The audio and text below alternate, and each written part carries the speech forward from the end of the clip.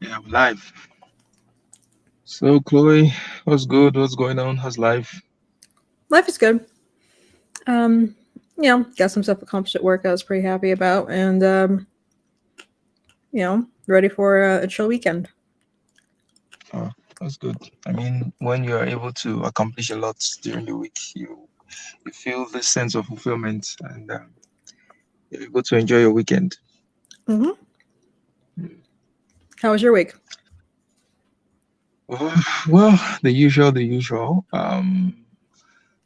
It was actually a good one for me because I didn't drive for the whole of the week, so I just took the public bus, and it was good for me. The stress of driving wasn't there because I had two bad tires, and I just left it till the weekend before I can work on them and fix them. So it was good. Okay. I enjoyed not driving, hmm if that makes any sense. Yeah, that makes sense. Especially you have such Yeah. a long commute. Yeah. So today's conversation, we're going to be talking about the debate between Glenn Loury and Briahna Joy. This is like the second conversation they've had. It wasn't so much a debate as much as it was Glenn actually asking her questions. You know, the second one wasn't so much a debate, in my opinion. It was just asking her questions and she responded. I didn't think he pushed back much. I didn't know why that was the case. Maybe I don't know. I don't want to read anything into it. But what was your general assessment of the conversation? I'm sure you saw it. Yeah, I agree. He didn't push back much, but I think that was out of kind of courtesy to making her feel welcome, and also kind of like a fatherly type of because one you know like if someone just saw those two like sitting down at a cafe talking, you would think that's father and daughter, right? And so there's a Mm, little bit of that paternalistic, and then because she's again she's so young, it's kind of like, okay, I want you to talk out your ideas and to get a gauge of how committed to those ideas and her kind of understanding her thought process of it. And some of it, I think, I do feel like if you're gonna if you're gonna put in that dynamic of kind of a little bit paternalistic in a nice way, right? Like, okay, let you talk about your ideas, but like, okay, you might get a different idea when you're older, right? Because she's mm, quoting statistics, right? Or she's quoting all these things, but she doesn't really have, but there's not really that much unless until she kind of got to like the student loan debt kind of conversation where she was talking about people that she knew, but for a lot of those other things she wasn't really talking about people that she knew. And one of the things that kind of struck out to me about like that kind of made that obvious was when she was saying 40% of Americans can't afford a $400 payment, like suddenly the car breaks down, they can't afford it. mm. And when I first heard that, that was shocking. I was like, oh my gosh, like that makes it sound like 40% of Americans are in poverty. But now that I'm older and I know people who make over six figures, but they still are in that position, it's kind of different. That doesn't necessarily indicate poverty, but it also can indicate just poor spending habits. So to point as a solution just to make more money as a way of solving that type of thing doesn't really work, especially when I see people who are making, more than enough, and they in if you look at their bank account, it's clearly not enough. So explain that to me. How does that work? How are people earning enough money and they are not able to come up with a $400 emergency? They are not able to put an emergency of $400 on the spot. How does that work? Lifestyle creep. It's when you make more money, you spend more money. When you have an And extra $1,000 at the end of your bank account, you're like, oh, I can spend that, right? And so if everything goes fine and you don't really save and you don't really plan for things going wrong in the future, everything is hunky dory until that emergency happens and you're like, oh crap, I don't have $1,000 to pay for this, or I don't have a $400 to pay for that. If you're spending on a whim, yeah, I know you're not going to afford an emergency. irregardless of your income, honestly. But is that going to be true for about 40% of Americans? The 40% of Americans similarly have that pattern of spending that even though they're making enough, they can't foot a $400 emergency bill. I think it's more common than people like to think. I mean, it's the like when people talk about consumerism, consumer debt, keeping up with the Joneses, because they can afford it, they think that they should pay for it, or that they like, oh, I can afford it in this in general, so why not? Because like it's this very very similar issue to like the American's diet, right? You look at the back of a packet of Skittles, right? And it says, "Oh yeah, like this is this many calories. It fits into my daily values this much. Okay, I can eat this, right?" And but then they don't really take into account, did they add up all the other things that they ate? um, and if all that stuff didn't match up to, like, okay, you kind of, now you eat overeating for the day and they don't know why they're gaining weight. But if they look at individually the things that they're eating, or individually think that they're spending, and they look at their income and they don't take into account all the other things that they spend on, or all the other financial obligations, yeah, it looks like they can afford it. But in everything in totality, they can't. So, are you familiar with Briahna Grace Joy content? Are you familiar with her podcast, Bad Faith? I've heard about it. I haven't really watched it. So I haven't seen their first podcast, but I heard, at least from other people, that he was similarly didn't push her on those ideas that hard. No, I mean her independent podcast when she does her stuff without Glenn. Are you familiar with her content? That's so that's what I was saying. I haven't watched any of them, including Glenn's. Okay. So one thing that sounded interesting to me, or would I say interesting, but I was sort of surprised by it, was at the beginning, Glenn sort of assumed that Brianna's audience would find him contemptible, that they wouldn't like his ideas and all that. I've watched a few of her content, and I don't think she's that radical.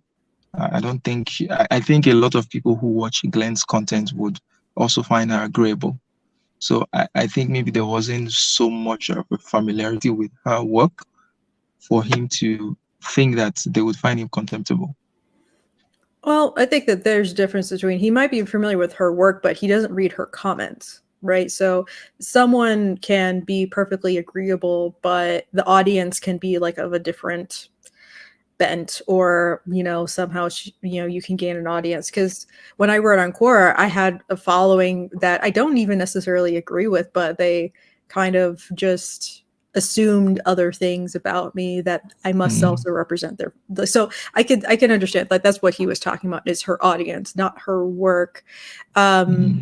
Because you never know what type of audience you get, and some people have been demonized for, like, I remember during the Andrew Yang campaign, because he did attract some ex white nationalists. He was labeled a white nationalist, and he's like, I've never stated opinion that would align with that, but he did attract some people who used to feel that way, but they had changed, and they were honest about how they had changed, possibly due to people like Yang, or the conversations that Yang does, and how, like, basically his campaign and the people in it helped de-radicalize them. But still, there were people within the Yang following that you could say they were part of the white nationalist movement. So, like, it's kind of sometimes you never know what's going to resonate with one person or not. I mean, if you look at Jordan Peterson, Jordan Peterson is labeled a white nationalist because some people who had that inkling or were adjacent to that also said that they liked his stuff, and so you can't really control your audience. So I think that's what he was pointing out, like, because she's obviously left, he was assuming that she does have a constituent of her following that will just automatically view him as contemptible because he's conservative. And she made this distinction between left and liberal. I thought they were almost synonymous. I know originally I know they're not synonymous, but I thought in the American context, the left and somewhat liberals and the left are somewhat merged together. But she was making this distinction that the left is different from liberals. What do you think about that? So I think it's kind of like, so like if you think of just like a big umbrella category of like left, going back to the original term of, during the French Revolution, the people who are, like literally on the left side of the room versus the right side of the room. That's where we get left and right from. Is that's where those political leanings kind of ended up sitting consistently, and that's where we got the terminology. And so it's kind of the overall. And so I would say that liberals, yes, they are on the left in general, but like there's also progressives. They're also like, so it's just kind of like they're different terms that, it's like, I would say, yeah, like you could say all liberals are left, but all like leftists aren't liberal, right? Or, saying like, progressive and like the way that those words kind of have that nuance when you're in that context. Mm. And she also made the comment that the left, they are just as concerned with censorship as much as the right is. I mean, talking about Elon Musk and the whole Twitter saga and all that. But she made one statement, which I don't know if it's true or if I should agree with it, that censorship usually starts from the left. That once the censorship starts, the leftist websites are the first to be targeted before it progresses to other groups. I didn't think that was, if that was true in the past, but I didn't think that would be true in the current system. I think a lot of the things on the left is, just allowed to Yeah. pass.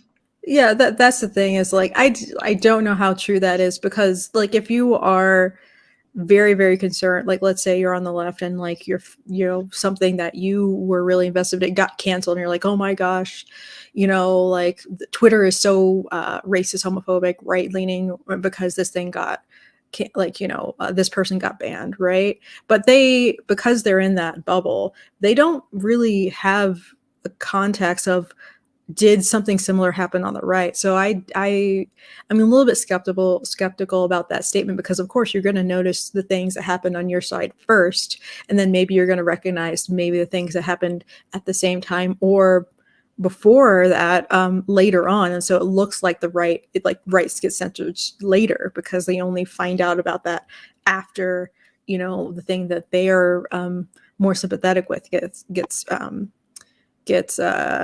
banned or whatever. Because I knew someone he's gotten banned from Twitter multiple times, and he is absolutely convinced that it's because Twitter is a right-wing space. And this was 2 years ago, but it's mainly because he wished the death of Mitch McConnell's family. Like he wished that they died.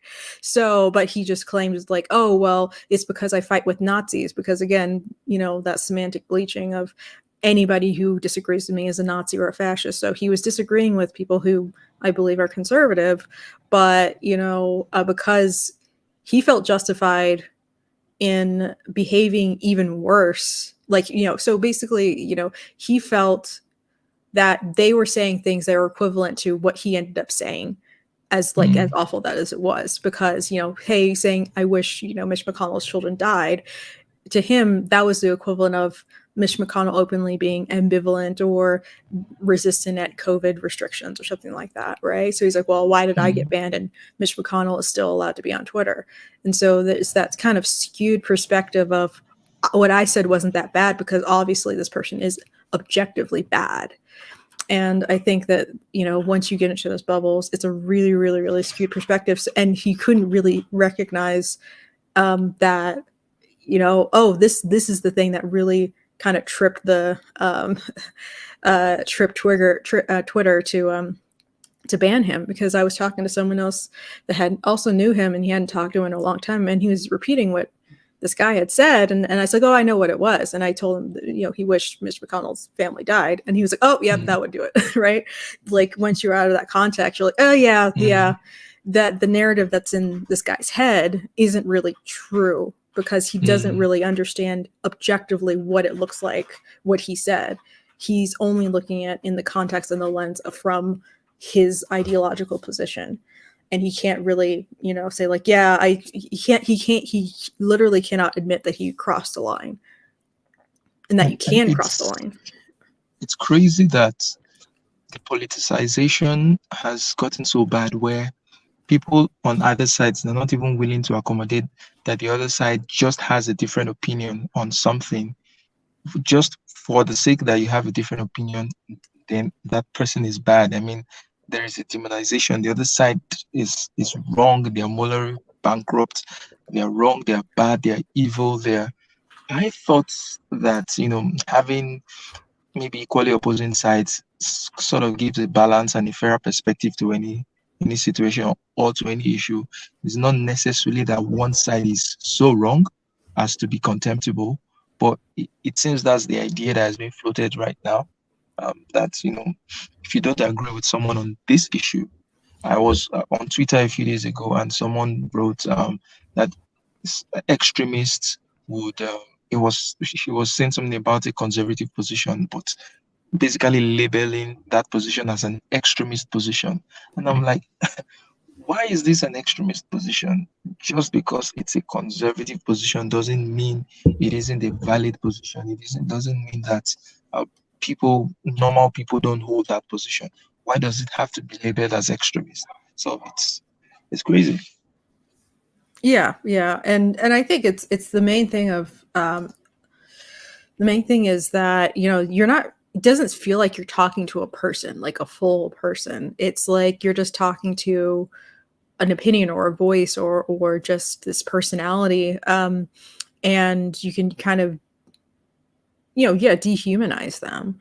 And again, you also can't put in, you're not going to get to know this person, right? Like, this person might have a contemptible opinion to you, but you don't really know their family history as to why they've come to that position, and that in their life, that position is actually the reasonable outcome, or the reasonable position that you would naturally come to after that person had their life experiences. But it's just really weird distilling people down to just this one single point in their life. And it's not even their single point, because when people drag up old tweets, they don't even take and put into context of they were 17 when they said that's really stupid thing, right? They've changed as a person, or you can change, or maybe what you say has a different meaning depending on the context. But when everything's a public forum, there is no more context. Even if you think you're speaking in a particular context, you're speaking in a very specific conversation with another person on a thread, but said in isolation, it can be twisted in all ways. True. So what do you think about the minimum wage? You brought up the minimum wage, and that the minimum wage has not been raised since the Bush administration. Right. I mean, like, economically, I do personally disagree with the minimum wage, because I think that is mainly going to lead businesses to hire fewer people. I think it's also and it's also going to limit. I think it's going to emotionally stunt a lot of people, because like, a lot of people can gain character by having like a summer job as a high schooler, as a teenager, right? And no one's going to pay no one really is going to pay a snot-nosed teenager who is constantly texting on their phone what they're going to do with their friends on the weekend. They're not going to pay that person $15 an hour.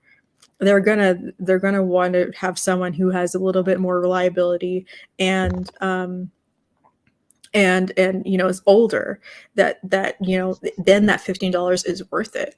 But I think to get through the door, you kind of need that flexibility to pay some people less, especially for what they're providing. I worked minimum wage. I think what so I worked in Sears, which doesn't exist anymore, really. Really poorly run company when I was there. And I think I was making $4.25 an hour in high school. And it was good enough, right? It was, if people wanted to make more, because I worked, there were like sales and all that kind of stuff. I could have chosen to make more. I could have worked full time and then really, try to build up my skills as a salesperson, try to get more commission and, make more money that way by actually putting in an effort in building up my skill. But I didn't, right? And, it was good enough, and I was good enough for what they were paying me because, if they were paying me $15 an hour, right, I better perform. Like who expects a 16-year-old girl to reliably sell 10 tractors a day, right? And to get commission and bring in that money for the company. If they're paying me $15 an hour, no, like they're going to allow me to not really make that many sales or not sell that many tractors, not sell that many water heaters. And like if I didn't really sell that many drill presses or what was it, water shop, like drill, like it was like tools, appliance, like some water appliances and sporting goods, right? It's treadmills, right? Actually could sell a treadmill pretty well. um, but but yeah, like I remember like, the performance reviews of like, well, you're not really, like making those sales, you're not really following up. And it's like, yeah, this is true. But like, you're paying me $4 an hour. What do you expect, right? So they didn't fire me, but it was a good first job experience where I could kind of understand how is to work in the workforce, right? And then I moved on to a different job where I kind of treated it a little bit more seriously, right? And I had that cushion, and I just don't see that type of thing happening and like build character, right? I don't see that type of thing happening with if we have a minimum wage of $15 an hour. So many people, their first job is going to be like right after college, and then I think that's going to be even more disaster, right? And I just don't think that a lot of these really really low skill minimum wage jobs, they're honestly not intended to fully support someone. Like all the things that you were talking about, you have student loan debt, and then you have kids, you have to pay for you have to pay for daycare and all that kind of stuff. Whoa. Like if there is somebody who has kids they have to pay for, their student loans, and they're still just working at McDonald's, and that's their main source of income. I think that that's a bigger problem, that they haven't been able to move up into a more stable type of job. And, why augment, fast food jobs to make that something stable when they should be moving on into another level of their life? And why aren't we talking about that type of mobility instead of just, making that all jobs need to accommodate all people in all stages of their life? That's just not how jobs work. Okay, so if I may ask, what percentage of the workforce, I mean, people who have families, are actually on minimum wage jobs? Because if for some reason that we cannot explain, if there are a lot of adult people, not just high schoolers, adult people who have families or who are supposed to be having families, who are working at minimum wage jobs as their main source of income, don't you think that it would be appropriate for that to be reviewed upwards so that at least they can survive, they can have a life? So like if you have a family and you're working at like a McDonald's, like you should get the $15 minimum wage because you have to pay for your family, right? Is that what you're saying? What I'm saying is that in terms of the workforce, um, what percentage of the workforce earning minimum wage are people that are not, they're not teenagers, they're not high schoolers, they're not, they're not people working at their first job. They are people who actually have some level of responsibility, such that, um, they need to at least have a living wage if they are to work at that level. Because it doesn't matter how they got there. If 20% of the workforce of people who are, have responsibilities are working in minimum wage jobs, then that's a disaster because they somehow have to live. You understand? So Right. wouldn't raising the minimum wage be good for them, seeing that that's where they found themselves at that point in time? Yeah, but then why is McDonald's obligated to fix that for them? Well, okay. Now, these companies, we're assuming that these companies are not profitable. I know companies are actually very profitable and they could afford to pay more. They're just not paying more because they want to maximize profits. You understand?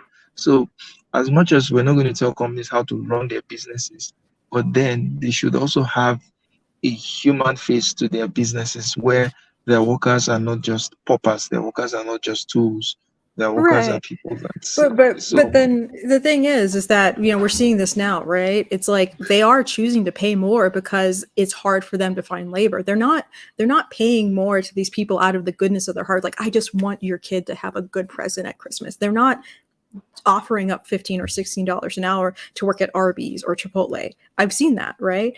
They're doing it because of supply and demand.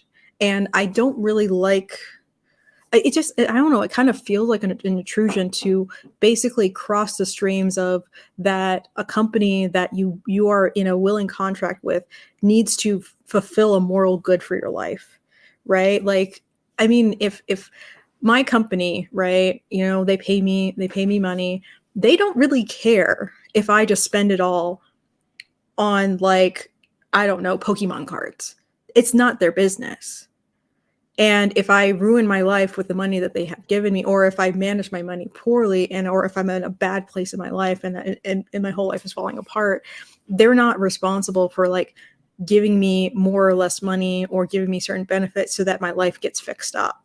Because, I mean, it's like it's I just don't think that we're giving too much power to these companies. We talk about how these companies have way too much power, but we're giving them the power, and we're assuming that they do have the power to affect people's lives in this way, and that they should have that power by, oh, they need to pay this minimum wage. But, like, I just don't think that we should entertain that is the place of a company, because then if we grant that, then don't they also are obligated to make sure you're happy in your life, right? Not just happy and fulfilled in your in your work life. Oh, how's your relationship? Or, I just want to make sure no, no, you're happy. I, Like, I don't know. I It's just think I think that's no, I don't think that's where I was driving at. I think where I was driving at is that in terms of the finances, that their workers need to be able to sustain themselves. Because you look, no matter how much you say you don't care about the mental health of your workers, you don't care about their personal life somehow would affect the way they perform on the job.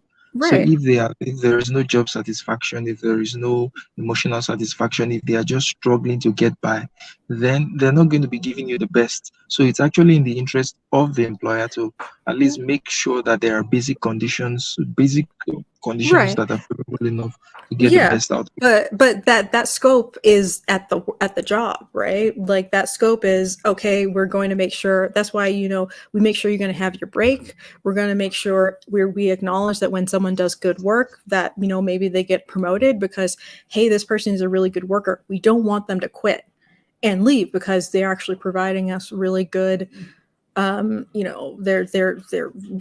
They are a great employee. They're a benefit to this company, and so that's what, like.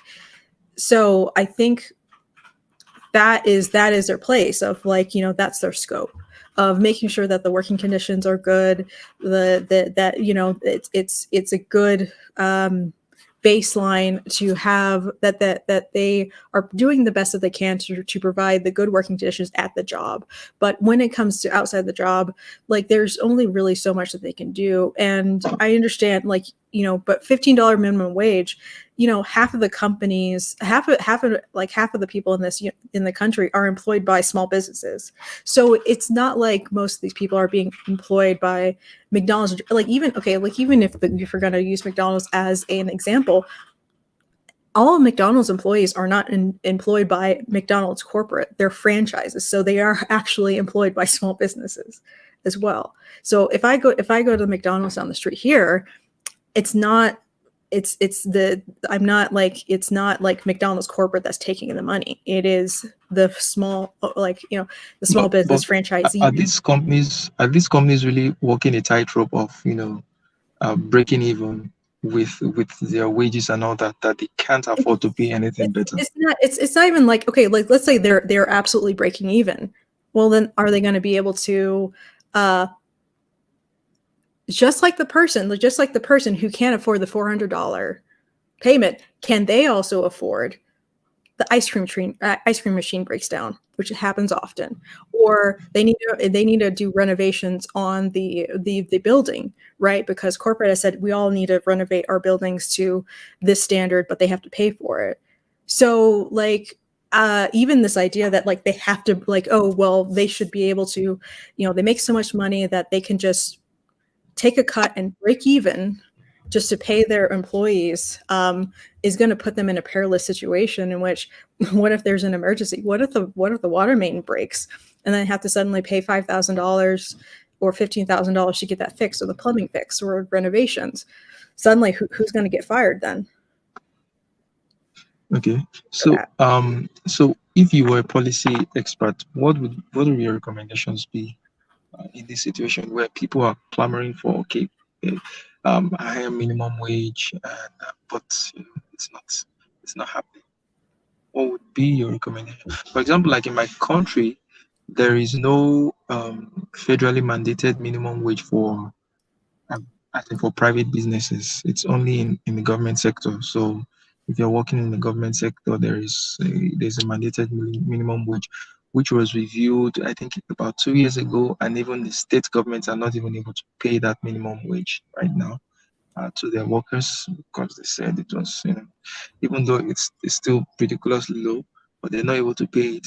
Now, most of the workers in these government institutions that are earning minimum wage, yeah, even though they are working the menial jobs and all that, like cleaners and all that, most of them are women, but they do have families, and that is their job. They are married, they have kids, and they have families. So it's not the kind of job that it's not high school job or teenager's job, all that. I know the comparisons may not be similar, but if that situation was what was obtainable in the US, where the minimum wage jobs are for people who actually have families, so kids, what would you do in that situation?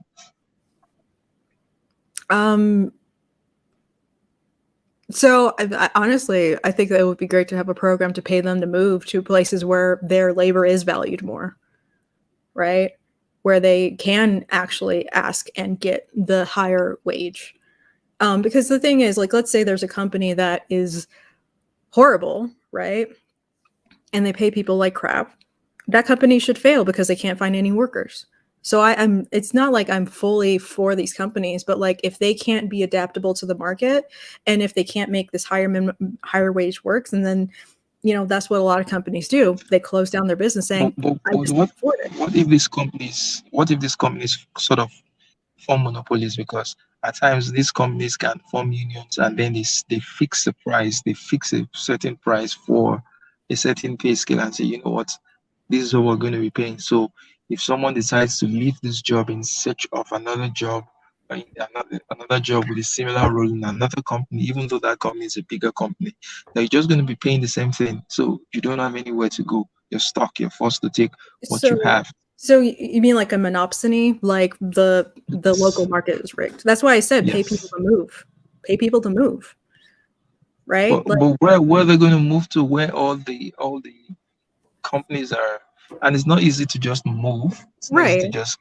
That's get why I up say and uproot yourself to that's why another I city. said Okay, I think pay. it's good. The government pays people to move if they How is the can't. government going to be able to do that if they can't afford some other level government even going to be able to pay millions of people to move to I get better mean, jobs?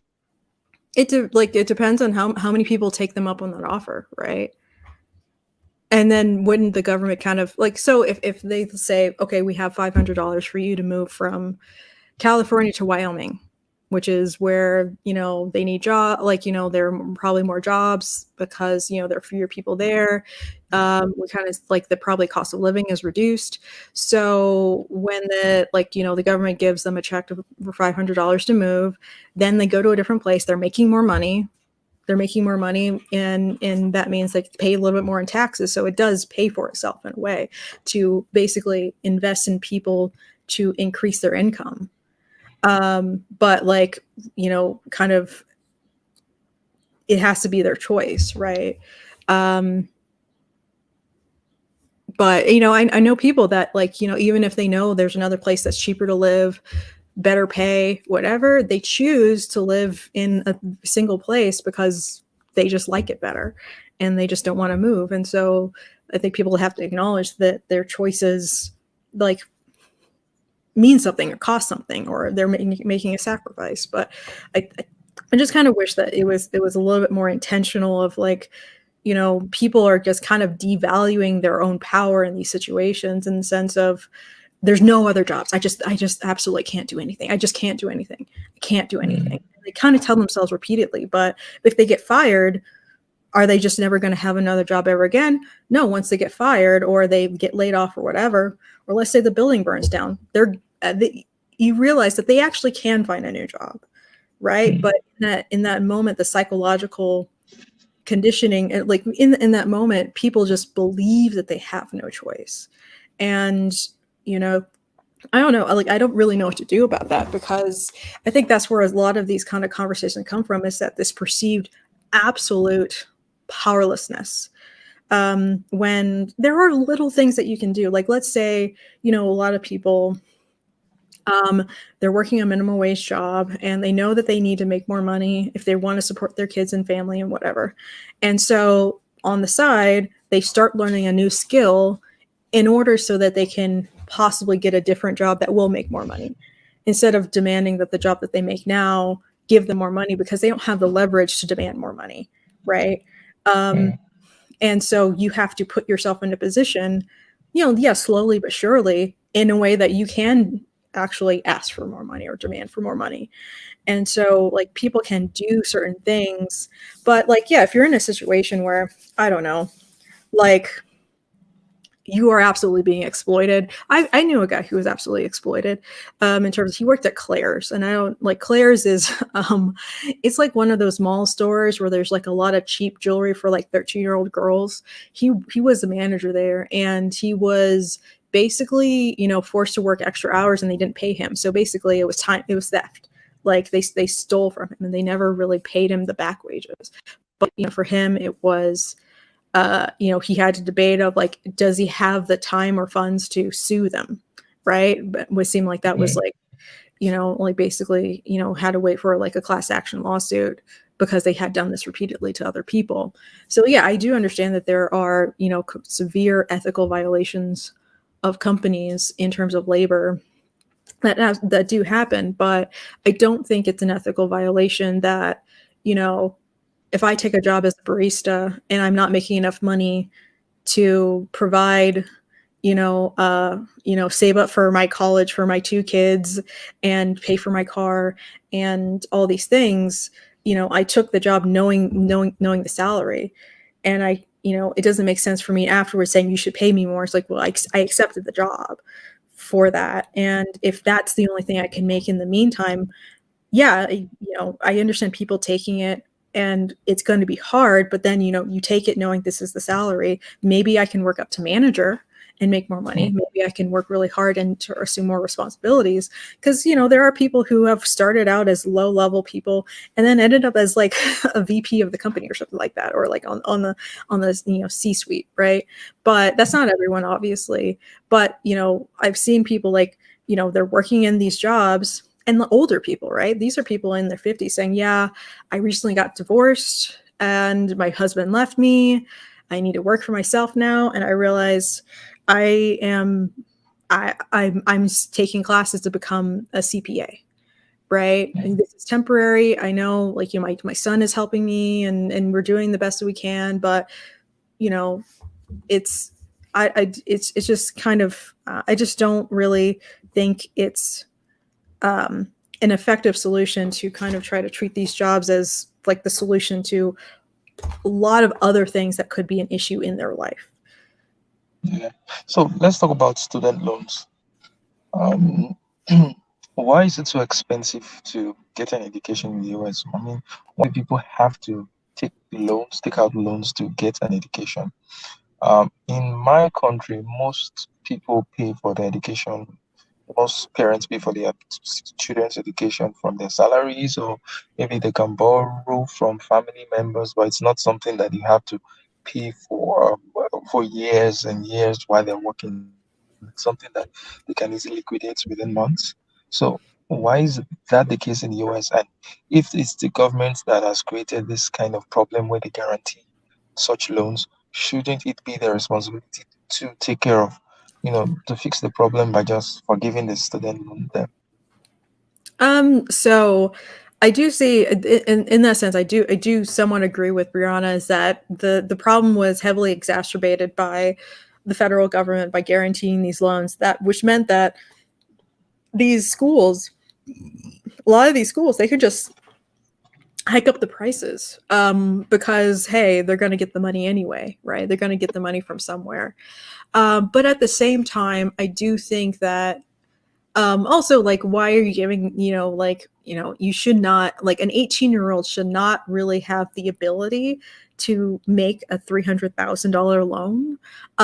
And I think a big problem of that um, is basically the whole thing of like the you can't forgive that debt. It's the one thing that can't be discharged through bankruptcy. And then if you sign on that loan and let's say I sign on that huge loan, I can't pay it back. My parents are on that loan, so they're just going to go and get their money from somewhere else. And so I do see that as a huge problem. I think it's somewhat predatory, it's manipulative, and I think one easy fix for that is to essentially make that student loan debt make it basically people be able to become bankrupt and then it be forgiven. I think that that's an easier way of going about that because it does ignore a lot of the people that did choose reasonable schools to go to in terms of price, and they didn't garner really that much debt. Not a lot of the people who have like that big student loan debt, they have like masters, they have like the graduate degrees. The graduate degrees are actually the ones that are kind of driving up that number. And so again, the vast majority of people who have student loan debt aren't really at that $30,000 range. And it's mainly like the secondary degrees, in which I do also think that the universities are pumping out a little bit too much because again, they also still make more money. They're making more money when they kind of keep handing out these degrees. And I think that the universities need to be subject to the same market forces that they've been protected from by the federal government, so that they are more discerning as to maybe we shouldn't give a $300,000 loan to this film student. I don't think they can pay it back. I really don't think they can pay it back, right? So do you think that the government should, at a certain point in the future, stop backing student Yes. loans? Yeah. I think like that's an easier thing to do instead of making the argument to forgive it. Stop the bleeding is kind of like like it doesn't make sense to forgive the student loan debt, but still you have the same system that's going to get you in the same problem in the future, right? Like if you are overweight, you are not going to get liposuction and then later decide if you're going to start working out or fix your diet, right? Like you are going to do the things that's going to stop the problem getting worse. And then maybe if you're getting to a point where this last part is really hard, then you think you can minimize the problem enough where you've narrowed it down to a certain portion of people that okay, we're not this pool of people that we have to forgive their student loan debt isn't growing. We kind of filter out all the people because we stop the bleeding. And then also like okay, these people are kind of are kind of were targeted. Like so it is correct that like for Pell Grants, right, for a lot of these grants, and these aren't loans, these are grants that people can apply for to get if you're lower income to get books and all these things paid for. A lot of these for-profit universities that are now like shut down, sued, all these kind of things, they were abusing that system. And so that's why they basically if you had a pulse, they would sign you up for their school because using your name they would apply for all these grants, and that's another portion of their income. And they would provide such a subpar education that these people couldn't get a job afterwards. This thing wasn't worth the paper that it was printed on. And there was actually one person that got a culinary degree, but he couldn't boil an egg. Right. So now this brings me to this problem of, you know, she said something about when she was growing up, she kept hearing the statement that, to succeed in life, you need a college degree and all that, which is what we're also told here in Africa too. Everybody needs to get a degree, a university degree, for you to get a better life.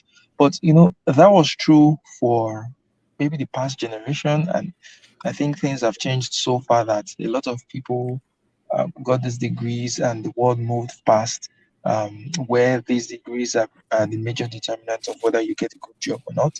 And also the fact that a lot of people are getting these degrees. So the competitiveness, the advantage that the fewer people who had degrees in the first place had, has now been wiped out because almost everybody now has a degree. So there's a lot of competition. So it seems as if that push, that desire to help people by making them get degrees is now having a negative effect because you now have so many people with degrees, and Mhm. competition is not so much.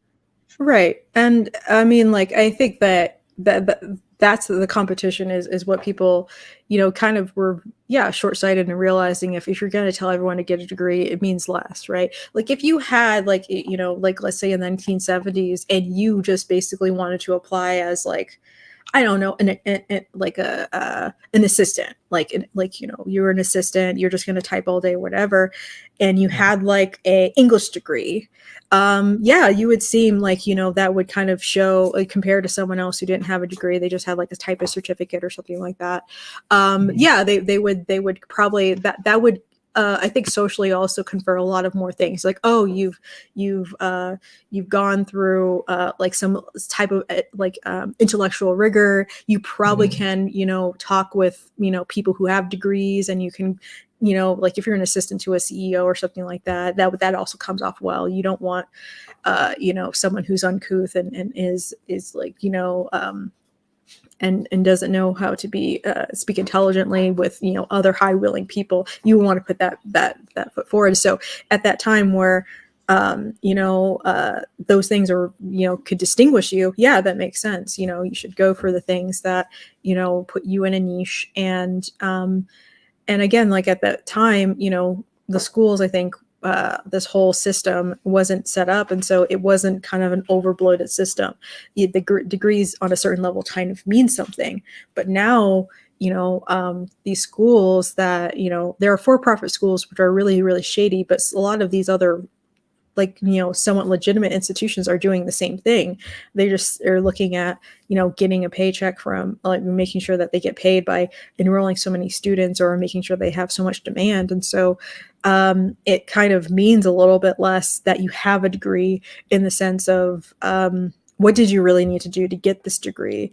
Mhm. I've seen, and also like, what type of degree do you have, right? And no offense, but like getting an art degree is kind of easier than getting like a nuclear engineering degree, right? They're not weighed the same in terms of rigor, or an associate's or like all these different types of things.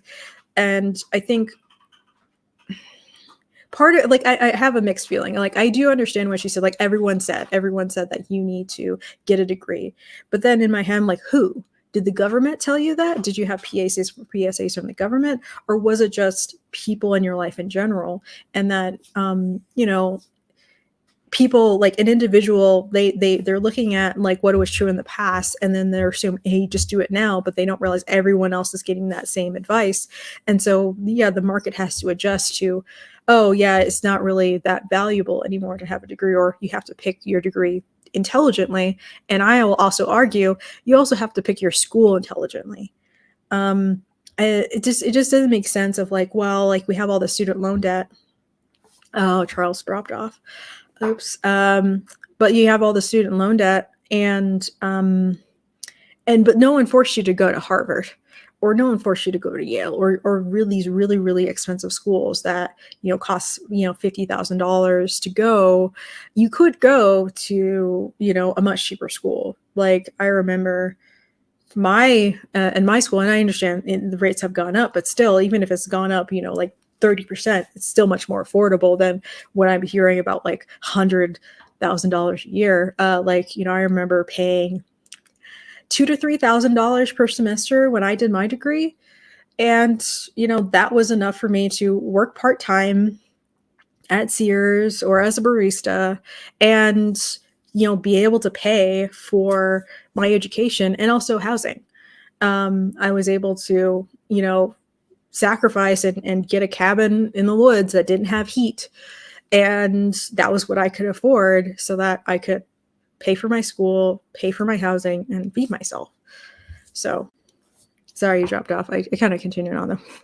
Yeah, back. Yeah. But again, So go on. go ahead. No, I was just saying, like, it's three-pronged, right? Like, yeah, the one of the problems is that the government was kind of backing these things, making it easier to make these decisions. And then the second thing is that, it is up to the person to kind of, or at least the people in their lives of like, you're 18-year-old kid who's about to sign on the dotted line for like a loan for like over $100,000, and you're getting a art degree or English degree or whatever type of degree that, has, like hundreds of thousands of people graduating with that exact same degree from every year, and then you're also going to an expensive school, right? You're incurring so much risk onto yourself, or maybe you're also going out of state. You're going out of state as well, so you're also paying for your living expenses as well, and you're maybe racking up debt with the credit card. And so, for people, there are some people who decide, they look at all the numbers, I can't afford to go to college, so they forego going to college and they do something else. A lot of the students' loan debt is just bad financial um, management or bad financial decisions, in the sense that you're taking these loans and you're taking it for a degree that's not so useful, a degree that's so competitive. A lot of people are coming out of that degree, and you're going to an expensive school. You're going to another city where the cost of living might be higher. So you could have incurred lesser debt if you probably stayed in the same city where you were living with your parents, and probably maybe not take it for an art degree, not take it for Right. a more expensive school. Could that be better than what's currently being done? Right. Because I mean, like, even what Briahna acknowledged, that it's like, oh well, it depends on your degree. Exactly, it depends on your degree, and I think people have to still be responsible for their choices of why did I spend, like, why do I have a $300,000 debt, and I went to a film school and I work at Kmart, or I work at TJ Maxx, right? Like, I literally read an article where that was that case of that person, right? He was, of course, talking about like the horrible student loan debt, but you read it, it's like, no one forced you to go to Columbia. Like, no one forced you to do that. And if you look at, like someone like Quentin Tarantino, he never went to film school.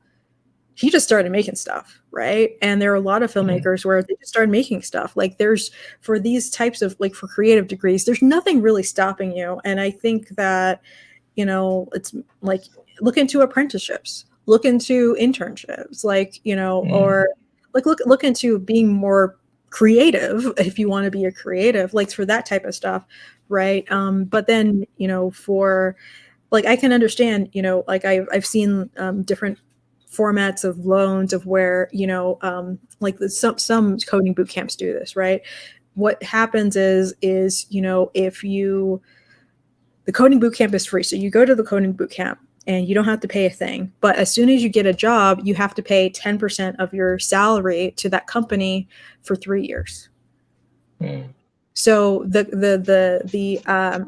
the school, right? So that gives the school an incentive to make sure that they give such a quality education that the students of their school are being hired at good paying jobs, and they connect them to good paying jobs, because when that student is successful, they're successful. And so it kind of aligns the incentives in a positive direction. The school makes money, but also, the person is making money themselves. And then also if they're unsuccessful, right, if they end up working, you know, a really crappy job, the school makes less money because that's their agreement. Like they're going to make 10% of, you know, a lower salary if they get a job. So, and so I would think that student loans should be more like that type of model. And so it would give them a pause to like, maybe, you know, we shouldn't, you know, be so eager to give a student loan to, you know, someone who's doing an art degree, but they're more eager to give a student loan to someone who has like a chemical engineering degree, because they know that person is probably going to get a job later.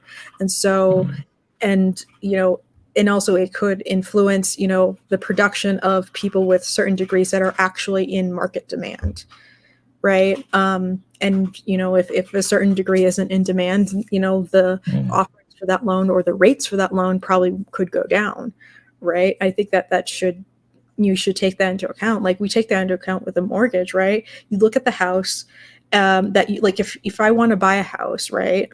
And the bank has to, like, you know, it has to be inspected to see if the price I'm paying for it is worth it. If they say this problem, we're not going to give you money to pay for this house, you know, figure out a different house, or get the person who's selling it to fix it. Or, you know, you're going to incur the risk to fix it, but we're not going to give you the money to fix it, right? You have to figure it out yourself. You know, you have to have agency in your decisions and how these go forward. You can't just, you know, put it all on the person who gave you the loan at the same time. Like, so I do agree that some of it is the responsibility and predatory nature of, you know, these kids who don't have their brains fully formed, signing on to debt they can't even conceptualize. So yeah, it's partly on them, but there are people like I was given you know, like material for like Yale and Duke, right?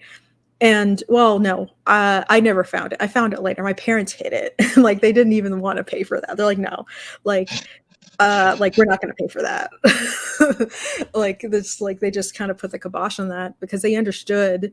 Like I had people around me who were looking out for me as to make sure that I wouldn't get into a bad decision, because, you know, like what else would I have had gotten from Duke that I kind of didn't get at my education if I'm just learning, you know, this very technical skill set, you know, going all the way across the country, incurring more debt at a very expensive school. Like how much better is that education really?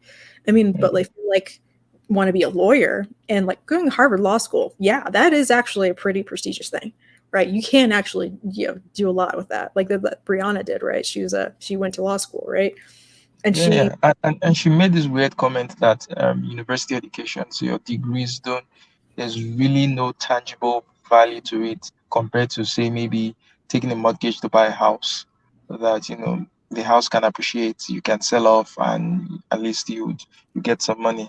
So what's your thought about that? She it's was kind of well, I making the mean, argument that university it's degrees. education is about investing in human capital, right? It's about the person. And so yeah, it's education is somewhat an intangible, but like to act like she now doesn't have skills that has placed her in positions where she can leverage like to make a lot of money or to basically speak with a certain level of credibility. You know, like she has more credibility as, you know, like would she had been able to get a position within the Bernie campaign if she hadn't gone to Harvard Law School? Right. And then now, like, no one, she not only has gone to Harvard Law School, she was, you know, worked on his campaign, very notable. And then now she has a podcast. So if she started that podcast when she had just gone to, you know, a smaller, lesser known law school, would anyone be listening to her at all? Like, and so I felt that, yeah, when she was saying that, it's a little bit dismissive, right? Like even if like, you know, like, well, I got like this person got a certificate or they went through training to be an electrician. Well, that doesn't automatically give them more money, but like it does give them the ability to be in positions where they can make more money.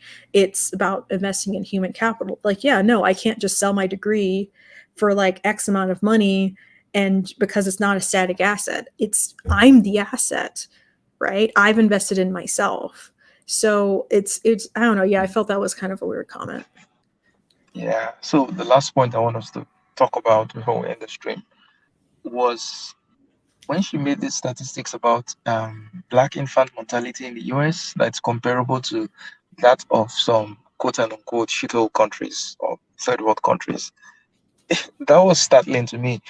I did I did do some checking and I found out that the infant mortality rate for black Americans was around 10 per thousand. Then I checked for Nigeria, it was about 59 per thousand. So I don't see how that is even close enough for her to have said that black people their infant mortality rate is something comparable to third world countries. Where did she Um, ever get that from? I think like a lot of those types of things, when they're comparing it to like the Scandinavian companies, their ideal is the Scandinavian model of, this idea that, Scandinavia, they pay for all the social safety nets, they pay for college, they pay for all these things.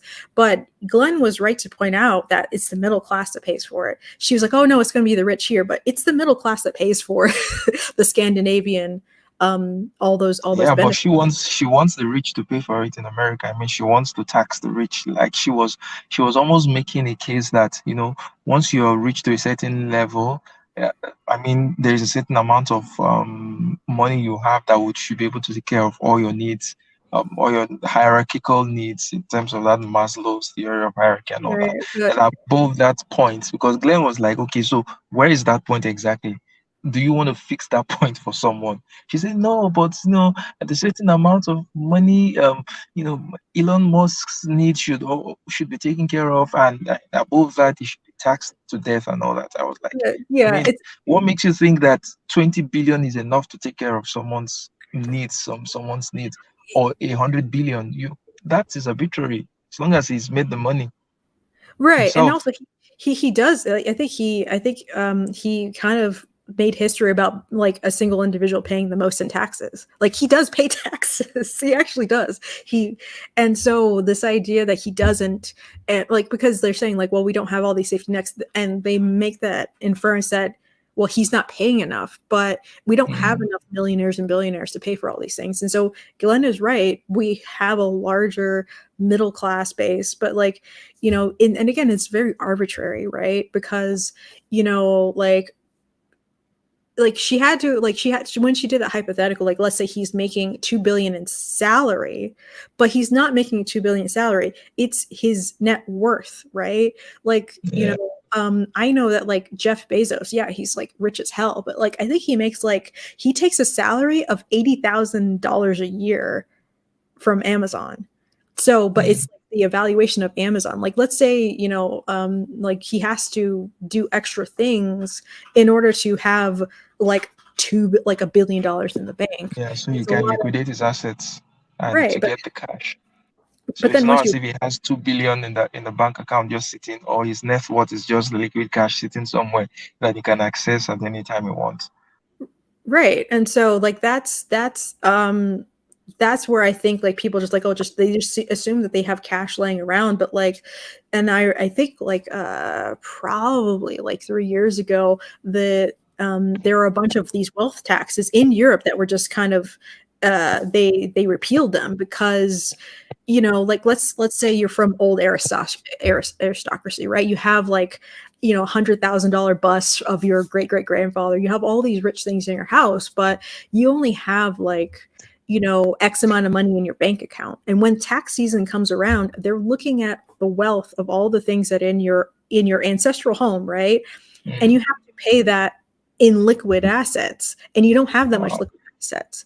And so it was just draining these people's um wealth, because like, so am I just going to have to get rid of all of the things from my family and my history just to pay for the taxes, right? Like, and so it was, because it's not like, you're going to bring your mother's pearls to the store to pay for food, right? And then Mm, something similar to like, let's say you got rights to music, right? Let's say you got like someone gifted you the rights to like this famous Beatles song. Suddenly now your wealth has increased, but your bank account hasn't increased, and you have to mm, pay taxes for that. that's what the wealth tax, like, there are a lot of intangible, non-liquid aspects of wealth that, it would add that complication. And of course, like,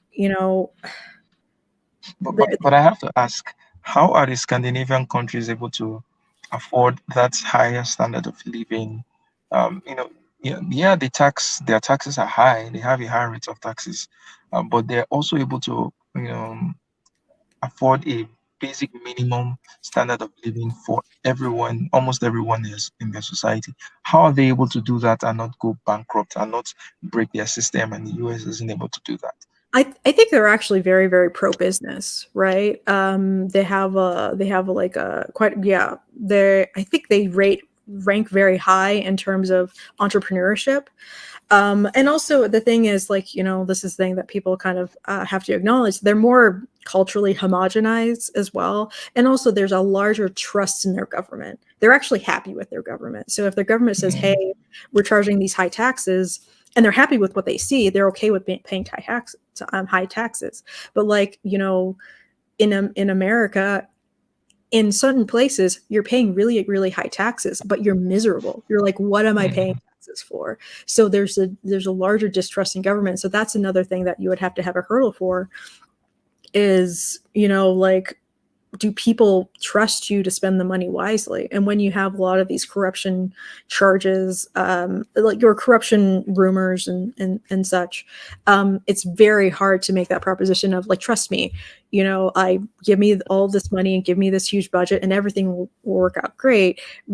But when you have a history of, no, these things weren't really spent well, people are going to want to preserve their money, and they're saying like that's how people get to like taxes or theft, right? They're like it's all a scam, right? Mm. I'm not on that end, I pay my taxes, but still, like it does, like when you pay quite a bit in taxes, and when tax season came around I had to pay a little bit extra, right? I had to write a Mm. check, and where I want to know that it's worth it.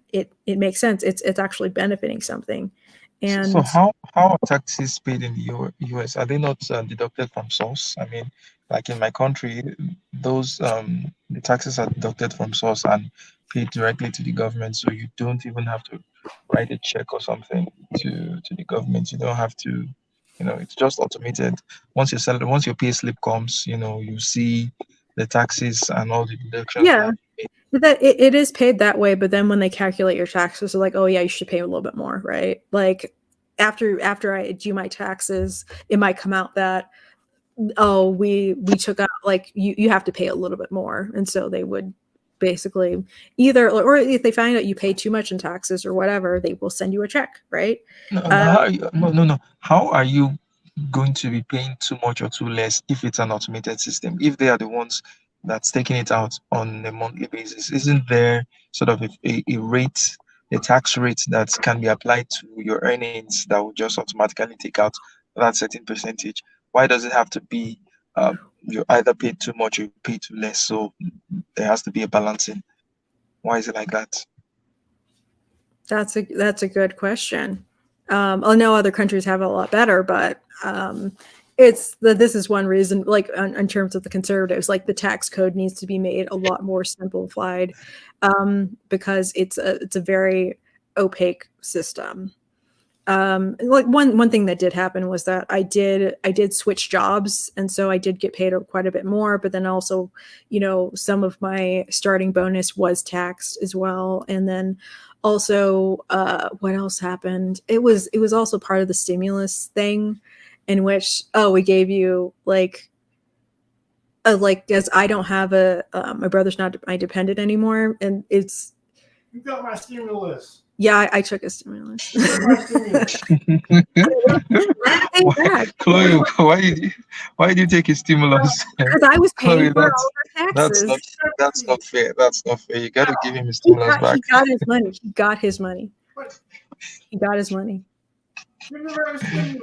No, he got his money.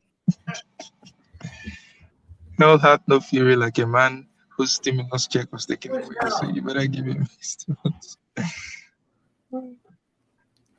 But Yeah, it's overly complicated because I think that it's it's like those tax services companies. I do think that they got lobbies and they rigged the system in which you don't have to. Why is everything in America about business and making money and so complicated? I mean, I think one of the reasons why those things would be there is so that people would hire tax consultants just to make sense of their taxes. I switched jobs, I changed jobs, and definitely my salary increased, but I didn't need a tax consultant, or I didn't need any sort of external. It just happened. As long as I have my tax identification number, you know, the government, my company would be able to, with my tax identification number, upload the requisite amount of taxes that I am supposed to be paying to the government. So there's no way that I would have needed a tax consultant make sense of my tax, of the rates that should be going out of the rate at which it should be going out of my paycheck. So to me, I think everything in the US is just it's needlessly complicated.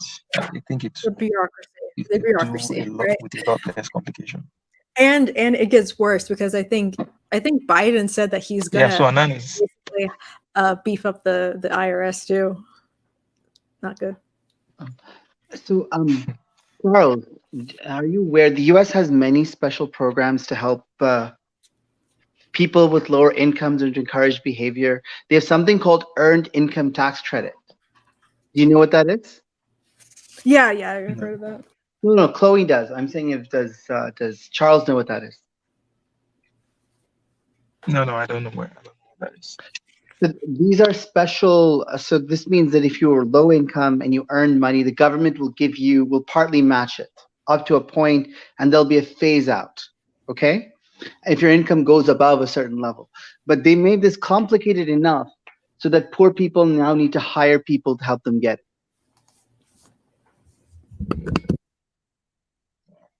That's crazy. Chloe, there's a Yeah. question for you. Yeah. I think I'm more libertarian, honestly. Yeah. I mean, Which is almost synonymous with conservative nowadays, yeah. right? Now it's considered synonymous with like conservatism, and they completely forget that, like I don't know, like for like some social issues, right? Like people would like say that we're completely liberal, right? Because like, hey, if you want to be a non-traditional, have a non-traditional lifestyle, whatever, yeah, fine, go do it, right? I just don't want to pay for it. you know Mm. Yeah. So Charles, Anan, sorry, have you heard you were saying of something called the poverty trap? poverty trap. Yeah, I've heard of that, but make it make more sense to me. So explain. The US has needs-based assistance, and all these needs-based assistance through the tax code. And what that means is that poor people have an 80% or higher marginal tax rate, which means if their income goes above a certain point, they quickly get phased out of all these benefits. So do you follow how that works? So in other words, let's say he makes another $10,000. She loses $8,000 in various tax benefits and other benefits. You get what I'm saying? Yeah. Right. And so that is one reason the US has poverty, and that's by design. Because if there were less poor people, there's a multi-trillion-dollar business of people who service the poor. That would go away.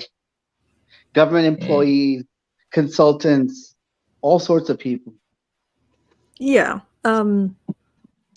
So yeah, so I had a coworker, and it's interesting, like when I say about like working hard, and there are ways of inching your way into a better position. I know people that's what they did, right? Like my boss right now, he was a truck driver. Like he grew up in like a poor, I think like Yucca Valley, like poor place in which um, you know he thought that he would aspire to being a bouncer because he's like a huge guy, right? Kind of dysfunctional family, became a trucker, and now he is like a manager at a pretty sizable tech company, on a program that's making 2/3 of the revenue, right? And it's because he picked and chose like, oh, it's probably good for me to get this certificate. It's probably good for me to get this bit of education or learn this thing to maneuver himself. He didn't start that way. And one of my coworkers with this poverty trap that Anand is talking about, this was like kind of like a few decades ago, like TBC Reloaded. But like, all the different types of jobs that he did, like, like I don't think bouncers are making that much. And then he upgraded to truck driver, but then, he now he has like a desk job in essence, right? And he, worked his way up to getting a position where it made sense for him to have a degree. So I know people that got a degree after they got a job in a particular sector because it was more of a guarantee that their degree was going to get them something, where their promotion was tied to, hey, if you get this degree, we'll definitely pay you this much money. And that makes that calculus of money make more sense. Of getting that education make a lot more sense. It's more of a kind of a guarantee, or that there's a niche of a job for you. But for another coworker, she said that her and her husband, so he was a busboy at a Whataburger. She actually was a single mom before she met him, and so they got married. And she and him their dream was to have a double wide trailer, like in a trailer park. They were thinking like that. They were made like their future. They were like like rich, kind of like relative to where they were. In their lives, that like, oh my gosh, that would be the dream. That would be the dream if they just had a double wide trailer with them and their kids. But something happened in which someone recommended like, hey, you can go to community college and get like this technical education, right? And so he's like, okay, cool. And then he from there he got a particular tech job on Sandia Labs, right, which is like one of the national labs. And then from there he worked his way up to getting a master's, I think, in mechanical engineering. And now like they blew past that dream of having a double wide trailer, right? They actually have land and all these kind of things. They've built up to that. But my friend, before she met him, she was on food stamps. And she got kicked off of food stamps, not because she made more money, but because she got a reliable car, because she needed to work reliably, right? And so for that poverty trap, like just having something that's reliable in order to make your life stable, they will disincentivize those things, right? And so like, but she was strong enough to say like, okay, I guess I'm just going to get kicked out of food stamps, because she knew she needed to move forward. But there are a lot of people that maybe they don't have that guarantee of, well, if I have a car, but like I don't really know what job I'm going to go to, they might hold back on getting that reliable car to get the guaranteed food stamps, and you get caught in that trap. But how do we find the balance? Okay, sorry, go ahead. Well, go ahead. There's another part of the. I can't hear you, Nan. Yeah, I was saying, how do we find the balance between, not disincentivizing people who are trying to make their lives work, by sort of, their own programs, and then when they start getting better, you start reducing the aid to them. How do you find a balance between that and not overindulging them? Because if you're still going to keep them on that program while their lives get better, what's the incentive for them to move on out of the program? So where do we get that balance?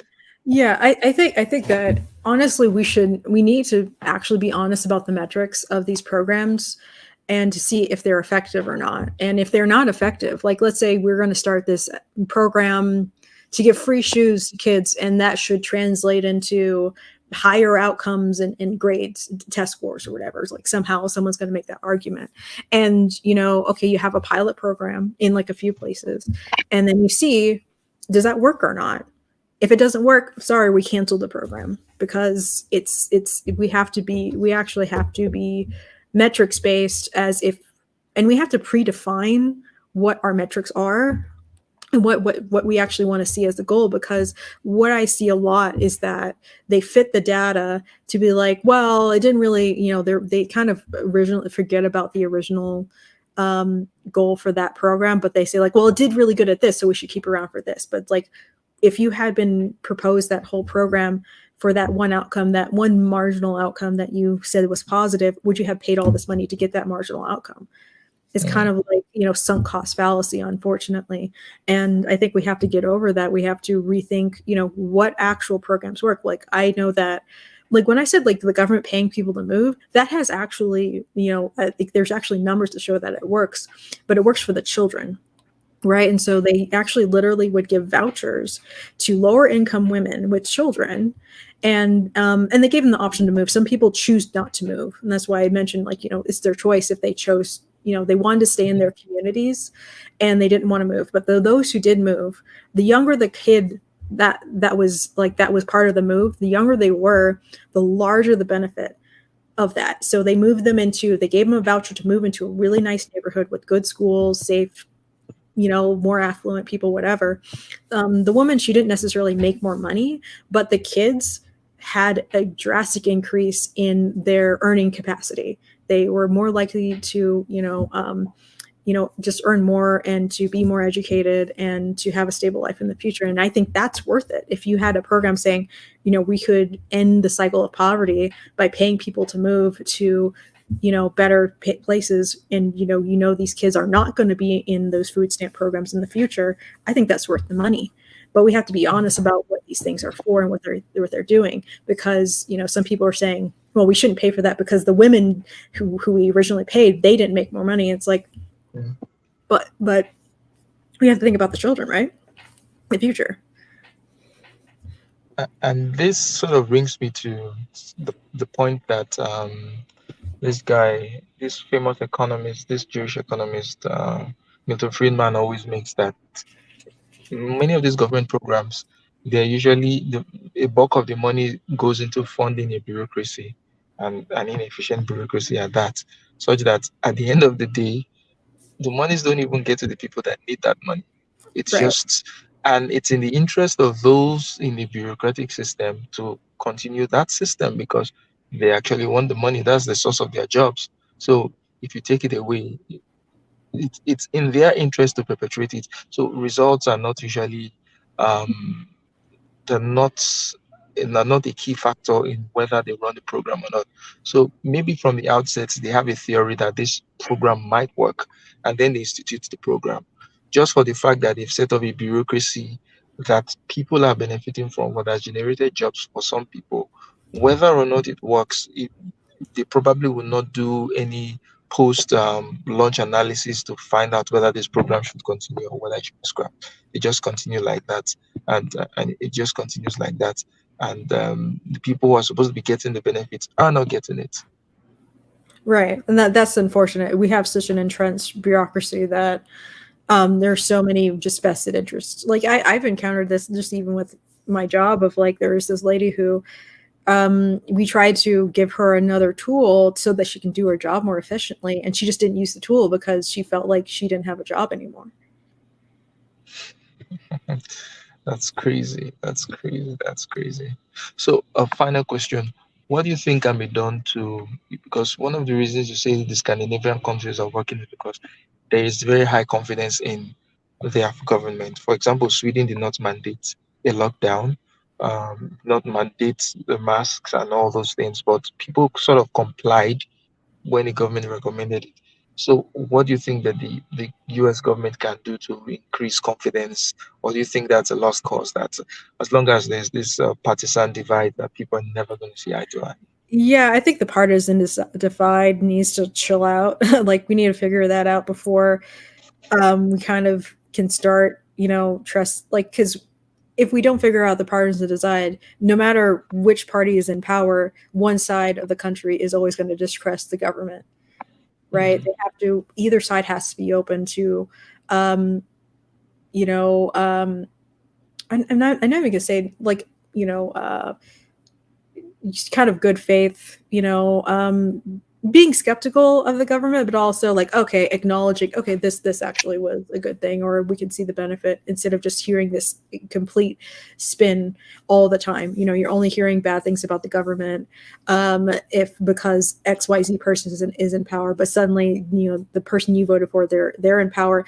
Oh, everything that you were, you know, worried about or seeing the news about was now gone, and it's great. But you know, the problems can still be the exact same, between administrations, but your focus on it, or you know, you thinking it's being a severe issue, is like suddenly changed, right?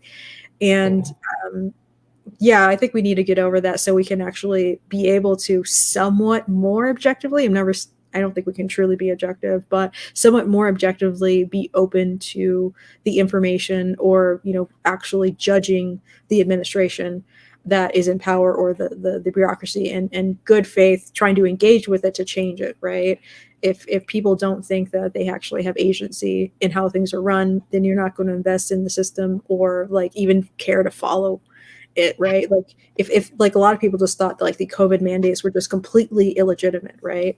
And so they just thought it was all a sham, and so they didn't take any precautions. And you know, some elderly people did die because, you know, they didn't, like, the people around them didn't take it seriously.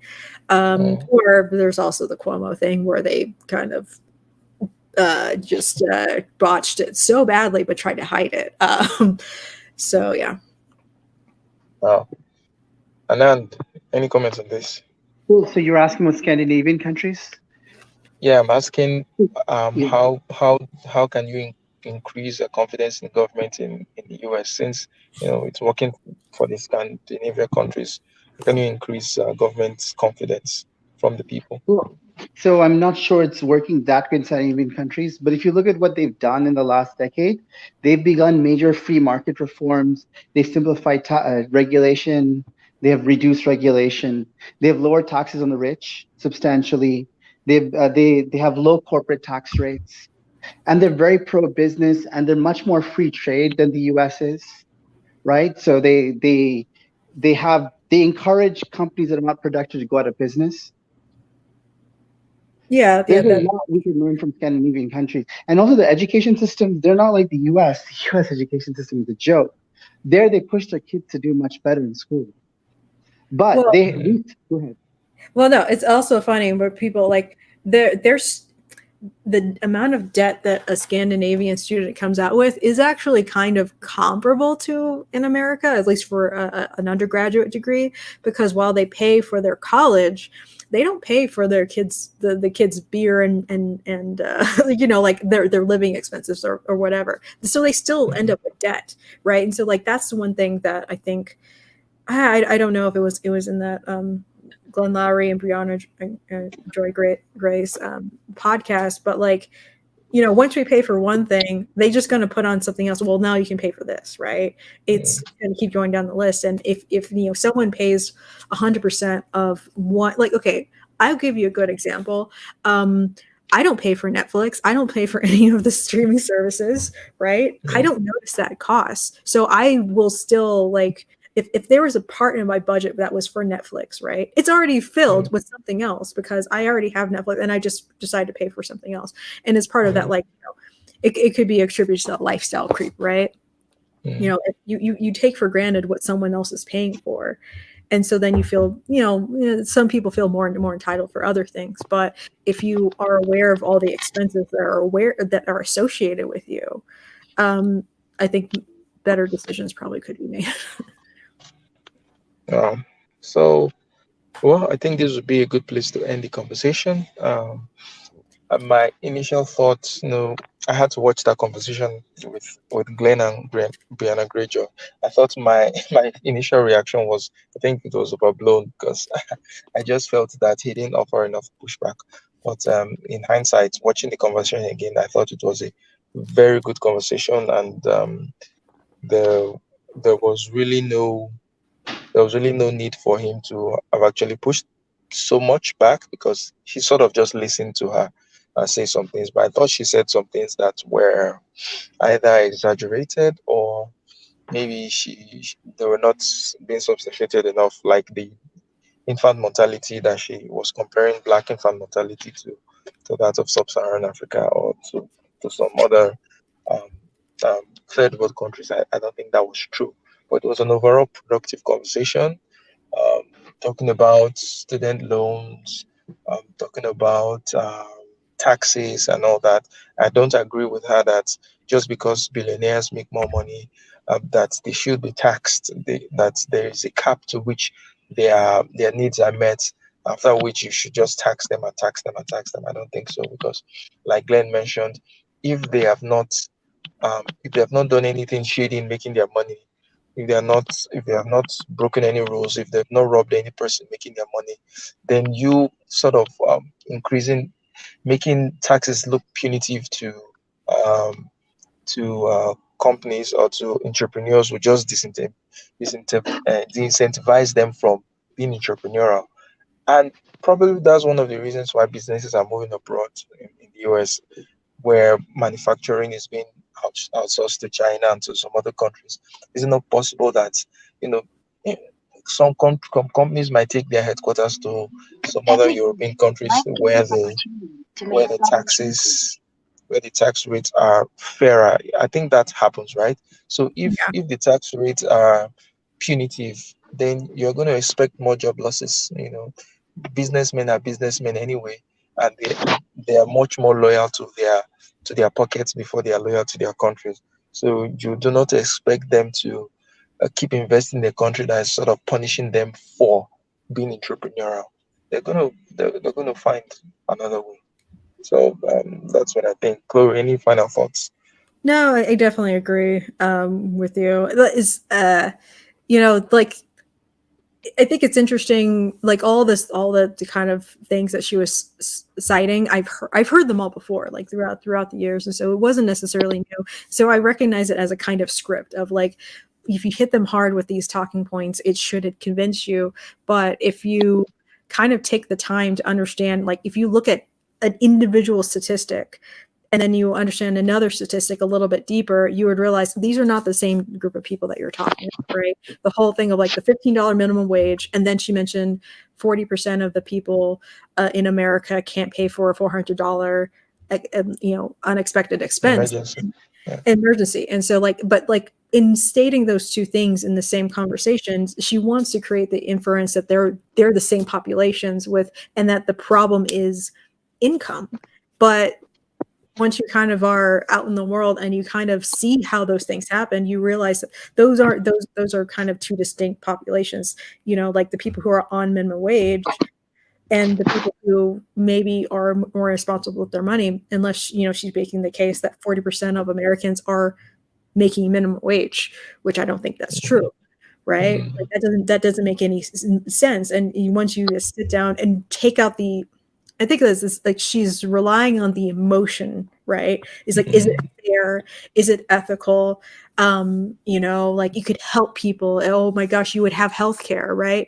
But like if you're a young, healthy person, how often do you go to the doctor?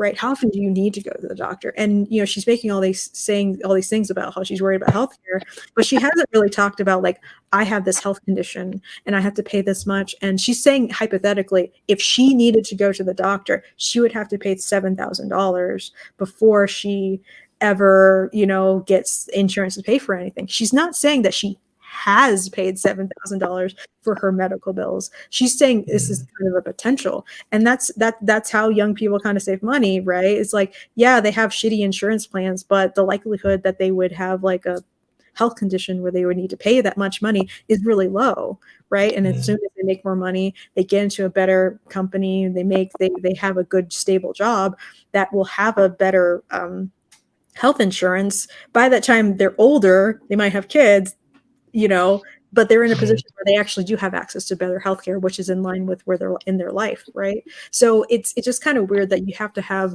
the system that anything that happens, it has to be guaranteed that it's covered, and you can't cover it all. It doesn't make any sense. You can't just wrap the world in bubble wrap, right? This is just kind of sounds like to me, and it's all these hypotheticals. She's talking about hypotheticals and she's conflating all these different populations, and we have to be realistic. We can't cover hypotheticals forever. Can you hear me? Hey, Oh, yeah, you can hear me? yeah, I can hear you now.